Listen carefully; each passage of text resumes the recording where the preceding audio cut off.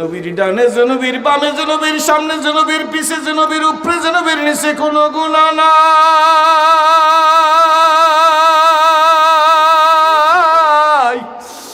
বন্ধুরা, আল কারিম সংস্থার যুবকেরা শুইনা নাও, শ্রমিকরা শুইনা নাও,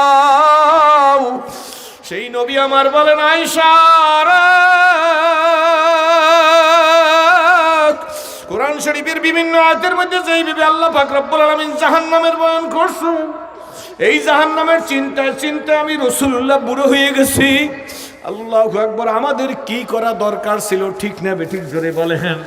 আল্লাহ, এই জন্য ভাই যে মুসলমান হয়েছি বলার শক্তি আমার নাই, সাহসও নাই, বরঞ্চ আপনাদের কাছে আলেমন আমার কাছে দোয়া চাই, যেই আশা করিয়া ইসলাম কবুল করছি আল্লাহ যেন সেই আশা পুরা করিয়া কবরে যাওয়ার তৌফিক দান করেন।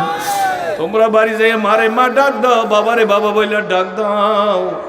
আমার জীবনের 40 বছরের কাছাকাছি সময় হয়ে গেছে, কোনোদিন ঘরের দরজায় যে মা বইলা ডাক দিবার পারি নাই। কত দেশ বিদেশে ঘুরি, কত মানুষ আমাকে হাদিয়া তোহফা দেয়, কত মিষ্টি, কত রসমালাই, কত বড় বড় রসগোল্লা নিয়ে যাই। মন চায় যদি আমার মা মুসলমান হইয়া দুনিয়াতে আজকের বাইসে থাকতো, আমি বাজারের সবচেয়ে বেশি দামের এক জোড়া জুতা কিনে মায়ের পায়ের নিচে দিয়ে দিতাম, আর মারে বলতাম মা গো তোর ছেলে ওয়াইজিন হইছে, তোর ছেলের টাকা পয়সা আছে, তোর ছেলে তোর পায়ে একটা জুতা দিয়ে দিল। মায়ের একটা রসমালাই পিরিসের মধ্যে নিয়ে কাইটা নিজের হাত দিয়া মায়ের মুখের মধ্যে দিয়ে বলতাম মা গো তুমি একটু খাও, আমার মাথার মধ্যে একটা ফু দিয়ে দাও, আমার মালিক যেন আমার কবুল করিয়া নে। বাবা, যুবকেরা, সোনামণিরা, আমার ছোট ভাইরা, বড় ভাইরা, বন্ধুরা, আজকের মা বাবার দরদ নাই, ইন্টারনেট ফেসবুকের কারণে সব ভুলে গেছি। কি বলেন, ঠিক নেবে ঠিক? ঐতিহ্যবাহী দুদিন ব্যাপী বাৎসরিক ওয়াজ মাহফিল হালকা জিকিরের প্রথম দিবসের সর্বশেষ অধিবেশনের অত্যন্ত সম্মানিত সভাপতি সাহেব, মুআজ্জাজ মুহতারাম মুওয়াজিবুল এহতারাম কাবিল এহতারাম হযরত উলামা ইকরামগণ, সুধী মণ্ডলী, আমন্ত্রিত মেহমান, বিভিন্ন এলাকার থেকে আগত প্রাণপ্রিয় মর্দে মুজাহিদ মুসলমান ভাইরা, পর্দার আড়ালের সম্মানিত মা ও বোনের, আল্লাহ শুকর যে মহান আল্লাহ দয়া করে মায়া করে মহব্বত করে ভালোবেসে আপনাকে আমার একটা দিনই পরিবেশে ফুটন্ত গোলাপের মতো, সূর্যমুখী ফুলের মতো জুড়ে মিলে বসার মতো তৌফিক ইনায়েত করেছেন, সে মহান আল্লাহ শুকরিয়া আদায় করি উচ্চ অজে জবান খুলে বলি আলহামদুলিল্লাহ। এই জন্য আলহামদুলিল্লাহ পাঠ করলাম। মাগরিবের নামাজের পর থেকে আমন্ত্রিত ওলামা একরামদের সুলিত কণ্ঠে শ্রুতিমধুর ত্রুটিমুক্ত প্রাঞ্জল ভাষায় যুগ উপযোগী কী করণীয়, কী বর্জনীয়, কী করলে মানুষ প্রকৃতপক্ষে মানুষ হতে পারে, মানুষ কাকে বলে, দিন, ইসলাম, ইমান, আমল, নবী রসুল, পীর বুজুর্গ, টুপি দাড়ি, জামা পাগড়ি, জিকির, তবলিগ, তাসকিয়া, তাসাউফ, জিহাদ কেন প্রয়োজন, আমরা কারা, আমাদের পরিচয় কি, কোন নবীর উম্মত, উম্মতের দায়িত্ব কী ছিল, আমরা কি করতেছি, না করার কারণে কি ফল পাইতেছি, এই বিভিন্ন দিকের উপরে আমি মনে করি পূর্ববর্তী বক্তাগণ অত্যন্ত গুরুত্বপূর্ণ আলোচনা করে গেছেন, যাদের পরে আর বেশি আলোচনা করার প্রয়োজন আছে বলে মনে করি না। তবু আমি বহুদূর থেকে আপনাদের খেদমতে হাজির হয়ে গেছি। গত বছরও এসেছিলাম, এবছর আপনারা স্মরণ করেছেন, আপনাদের দোয়া পাওয়ার মতো একটা পরিবেশে আমার মতো নাদান নাখানদান বসতে পেরেছি। এজন্য আল্লাহ তাআলার দরবারে শুকরিয়া জানাই। আরেকবার বলি আলহামদুলিল্লাহ। ভাইয়েরা আমার, একটা নির্দিষ্ট সময়ের মধ্যে আল্লাহুম্মা আমিন বলবো, কোনো চিন্তা নাই, কারণ ওয়াজ সকলের জানা, বাকি শুধু মানা। মানতে পারি না হিম্মতের অভাবে, হিম্মত খুয়াইছি গুনার কারণে। আমার কথা কি বুঝতে পারছেন সবাই? আমার সাথে বলেন না, ওয়াজ সকলের জানা। এ কথাটা কি সত্য না মিথ্যা? সব মানুষ ওয়াজ জানা, ঠিক না? যে নামাজ পড়ে না তাকে জিজ্ঞেস করবেন বাজান নামাজ যে পড়লেন না ভালো কাজ না খারাপ কাজ? কোন কি হুজুর নামাজ পড়ি না, এটা অত্যন্ত খারাপ কাজ। তাহলে ওয়াজ জানে না? জোরে বলেন। যে গাঁজা খায়, বিড়ি খায়, ইয়াবা খায়, সেই ছেলেটাকে আপনি জিজ্ঞেস করবেন যে বাজান তুই যে গাঁজা খাও, ইয়াবা খাও, ফেন্সি খাও, এই কতগুলো নাম আছে না, এটা কাজটা কি ভালো? কয় না হুজুর কাজটা ভালো না। তাইলে ও কি জানে? ওয়াজ জানে। কি বাজান, ঠিক না? তাহলে ওয়াজ সকলের জানা। বলেন ওয়াজ সকলের, বাকি শুধু মানতে পারি না হিম্মতের অভাবে। হিম্মত মানে কি? শক্তি, শরীরের শক্তি না রুহের শক্তি? দুনিয়াতে যেমন বিভিন্ন কারণে শরীরের প্যারালাইজড হয়, প্যারালাইসিস হয়। প্যারালাইসিস তো বুঝেন, বাংলাকে এটাকে একেবারে খাস বাংলায় বলে বাতক ব্যাধি, নাকি কি বলে? বাতক ব্যাধি আগেকার লোকেরা বলতো, এখন সেটা একটু মডিফাই হয়ে নাম হয়েছে কি প্যারালাইসিস, ঠিক না? এই প্যারালাইসিসের লোকেরা আস্তে আস্তে এই যেমন প্যারালাইসিস হয় ঠিক আত্মা কলব গুনাহ করতে করতে, পাপ করতে করতে, চুরি করতে করতে, ডাকাতি করতে করতে, বদমাশি করতে করতে, ইয়াবা খাইতে খাইতে, গাঁজা খাইতে খাইতে, মানুষকে ঠগাইতে ঠগাইতে, সুদ খাইতে খাইতে, নাচ গান ইত্যাকার খারাপ পরিবেশে থাকতে থাকতে আত্মা বা কলবেরও প্যারালাইসিস হয়। কি হয় জোরে কোন? এখন আমি কলব বুঝাইতে পারবো কি না তা আমি জানি না, আর কলব বুঝাইবার পরিবেশও এটা না। কিন্তু আপনারা বিশ্বাস করেন আর আমি বিশ্বাস করি আর না করি, আমার মনে আছে আমরা যখন আদর্শ লিপি পড়েছিলাম, আপনারা কি আদর্শ লিপি পড়েছেন? আদর্শ লিপির লেখক কেডা? সীতানাথ বসাক। হিন্দু না মুসলমান? হিন্দু বেটা। খুব ভালো করে শুনবেন, আমি অনেক রাত্র করবো না ইনশাল্লাহ, বলে দিলাম আপনাদেরকে। এই হিন্দু বেটা সীতানাথ বসাক, নাম কি?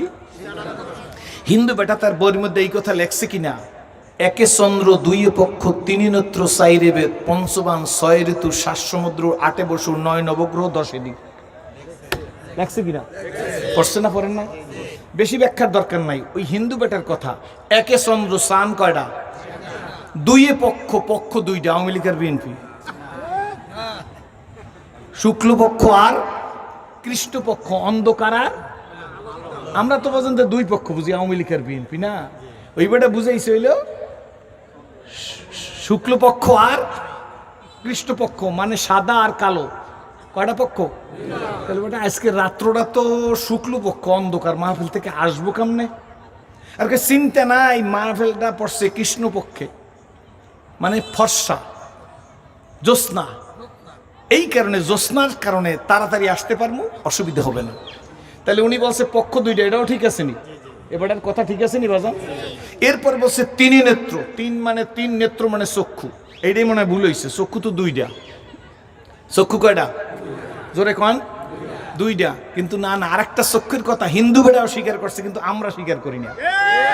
হিন্দু বেটা স্বীকার করছে কি, এই দুইটা চক্ষু ছাড়া আর একটা চক্ষু আছে, সেইটার নাম কি? কলব। কি বলেন ঠিক না ঠিক? যে কলব বিশ্বাস করে তার না কলব, যে বিশ্বাস করে না তার কলব কি? যে টয়লেটে ডান পাও দিয়ে ওঠে, বাও পাও দিয়ে নামে, তার কলবের কোনো এহতিয়াত আছে?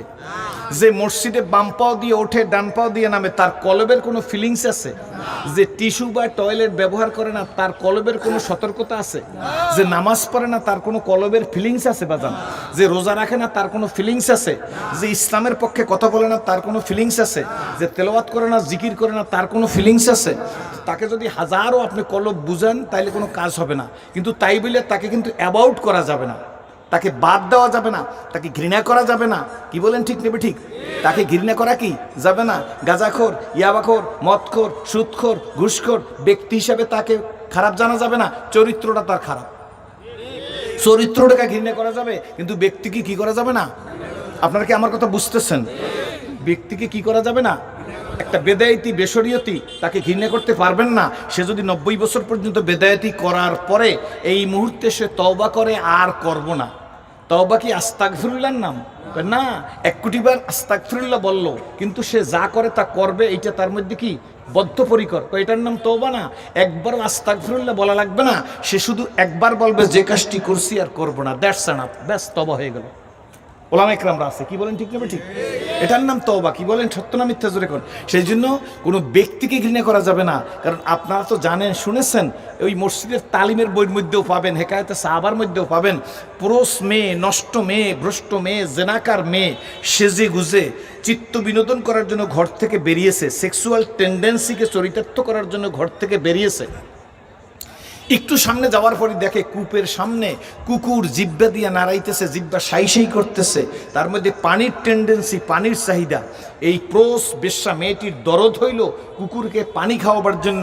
সেই যুগে চামড়ার মোজা, নিজের ওড়না দিয়া রশি বানাইয়া দাঁত দিয়া চামড়ার মোজা কেটে ছিদ্র করে তার সাথে রশি বেঁধে কূপের মধ্যে ফেলে দিছে, চামড়ার মোজা ভরিয়া পানি উঠাইয়া কুকুরের সামনে দিছে, কুকুর চুকচুক করে পানিটা খেয়ে ফেলছে।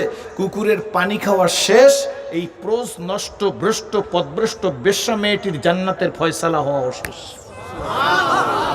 কথা কি বুঝতে পারছেন? জান্নাতে যাওয়ার জন্য এক গাঁটটি আমল লাগবে না। কি বলেন ঠিক না ঠিক? কি এক গাঁটটি আমল লাগবে? কোনো চিন্তা করবেন না। রাগ হইতেছেন যখন? আমরা কি সমাজের সব লোকগুলা একেবারে 100% গুণী গুণান্বিত? জোরে বলেন। কেউ কি বলতে পারবেন? কোন পীর সাহেব বলতে পারবে যে আমার মধ্যে 100টা 100 গুণ আছে? চ্যালেঞ্জ পারবে? তো দুনিয়াতে এমন কোন মানুষ পয়দা হয় নাই, একজন মানুষ পয়দা হয়েছে। এই বাবা মাইক ঠিক করো, আমার দিক চান। কয়জন? জোরে বলেন। আমার কথাই হবে না, চরমনার পীর সাহেব হুজুরের কথা হবে না, কোনো বুজুর্গনের দিনের কথায় না। আপনি ওই লোকটা কে, ওই ব্যক্তিটা কে, এইটাকে আপনি অ্যানালাইসিস করার জন্য, রিসার্চ গবেষণা করার জন্য, খুঁজে বের করার জন্য আপনি আপনার মোবাইলটাকে হাতে নিয়ে ভূগোলে সার্চ দেন। কি করবেন?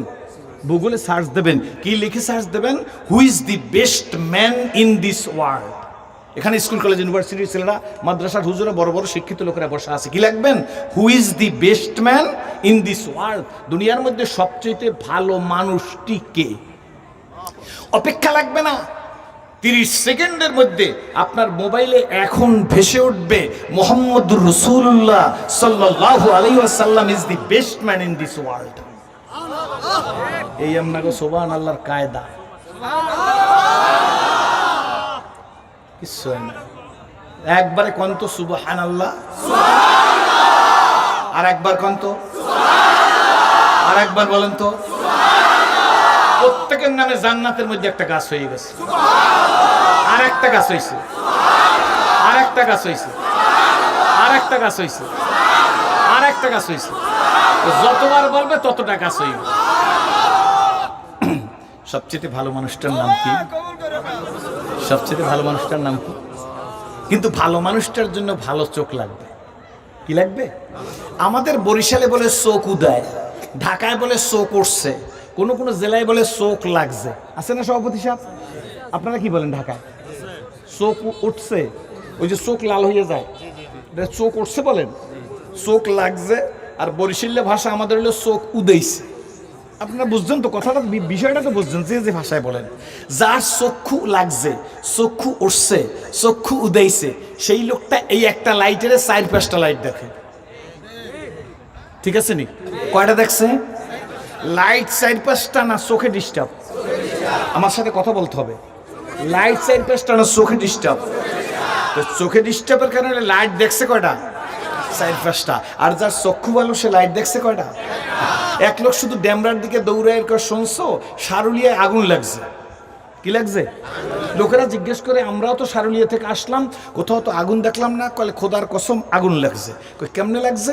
আসলে আগুন টাগুন কিছু না, সে চোখের মধ্যে একটা লাল গ্লাসের চশমা পড়ছে, এখন সব দিক দেখে। কি কথা বুঝতে পারছেন?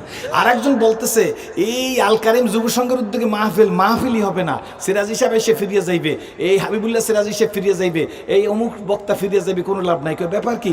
মাহফিল হলো নিচু জায়গায়, আর বন্যা ছাড়তে আছে, বৃষ্টি এক্ষুনি হবে। বন্যা বৃষ্টির তো কোনো আলামত দেখলাম না। আল্লাহর কসম বৃষ্টি হইবে। আকাশে মেঘ, এলাকা অন্ধকার হয়ে গেছে, আসলে তার গ্লাসটা কালা। গ্লাসটা কি? এই কারণে সে মেঘ দেখতেছে। কি বলেন? ঠিক। কিন্তু যে ব্যক্তি ঠিকভাবে ওই রকম ভাইজানের মতো এরকম গ্লাস চশমা, সে কয় কোথাও বন্যা বৃষ্টি নেই, মাহফিল তো হবেই ইনশাআল্লাহ। কি বলেন? ঠিক তবে ঠিক। তাহলে চোখ যার খারাপ বাতি দেখে 5টা, চোখ যার ভালো বাতি দেখে কয়টা দেখে? একটা দেখে। এক ব্যক্তি নবীজির কিনার থেকে যাইতেছে। কার কিনার থেকে? আপনার মনে অন্য মনস্ক। কোথার থেকে যাইতেছে? মুহাম্মদুর রাসূলুল্লাহ সাল্লাল্লাহু আলাইহি ওয়াসাল্লামকে দেখে বলে, মুহাম্মদ তুমি বড় কালো। কি হয়েছে ভাইজান? এখন সাউন্ড আনে, এটা তো মাইকেলার ব্যাপার, তুমি ঠিক করো। আচ্ছা চুপ করেন, কথা নাই। এখন আগে ঠিক করেন না কেন? মাইক ঠিক করে দেন, আমার দিকে তাকান, আপনারা কিছু বলবেন না। এখন কি শোনা যাচ্ছে? আচ্ছা ঠিক আছে। নবীজিকে দেখে কি বলতেছে বলেন? মুহাম্মদ বলেন সাল্লাল্লাহু আলাইহি সাল্লাম, তুমি বড়। কি বলতেছে? নবী কালো না চোখ কালো? আর জায়গায় বলেন, নবী কালো না চোখ কালো? নবীজি তো নবীজি, ঠিক না? নবীজি বলে তুমি ঠিক বলছো। নবীজি তো দয়ার নবী, মায়ার নবী, মহব্বতের নবী, ক্ষমার নবী। ঠিক নেবে? ঠিক জোরে বলে। রহমতের রাসূল বলে ঠিক বলছো গো। আরেকজন নবীজির দিকে তাকায়, আবার পূর্ণিমার চাঁদের দিকে তাকায়। একবার পূর্ণিমার চাঁদের দিকে তাকায়, আর একবার রহমতের নবীজির চেহারার দিকে তাকায় রে। নবীজি মুস্কি এসে দিছে, বুঝতে পারছেন, কারণ আমার নবী যদি মুস্কি হাস দিত, পূর্ণিমার চাঁদের চাইতে নবী পাকের চেহারা খানা উজ্জ্বল হইয়া যাইত। রহমতের রাসূল মুস্কি হাস দিয়ে জিজ্ঞেস করে, কি দেখো গো, কি দেখো রে সাহাবী? সাহাবী ডেকে বলি, ইয়া রাসূলুল্লাহ, ইয়া হাবিবাল্লাহ, আকাশের চাঁদ দেখতেছি, জমিনের চাঁদ দেখতেছি। নবীজি গো, আকাশের চাঁদ দেখতেছি আর জমিনের চাঁদ দেখতেছি। জমিনের চাঁদ বুঝছেন তো? জমিনের চাঁদ কেডা? ও নবীজি, আকাশের চাঁদ দেখতেছি, জমিনের চাঁদ দেখতেছি। নবী মুস্কি হেসে বলে, বলো গো, তোমার মন্তব্য কি, তোমার ধারণা কি, তোমার অভিপ্রায় কি, তোমার মতামত কি? সাহাবী ডাক দিয়ে বলি, ইয়া রাসূলুল্লাহ, ইয়া হাবিবাল্লাহ, ও নবীজি গো, আকাশের চাঁদে কালো দাগ আছে, রহমতের রাসূলের জমিনের চাঁদে কোনো দাগ না। নবীজি গো, আকাশের চাঁদে কালো স্পট দেখা যায়, কিন্তু জমিনের চাঁদে কোনো দাগ দেখা যায় না রে। দো পেশানি ও পেশানি ने को तरीक़तों को दरिया कर दिया, दिल में रोशन कर दिया, आँखों को भी ना कर दिया।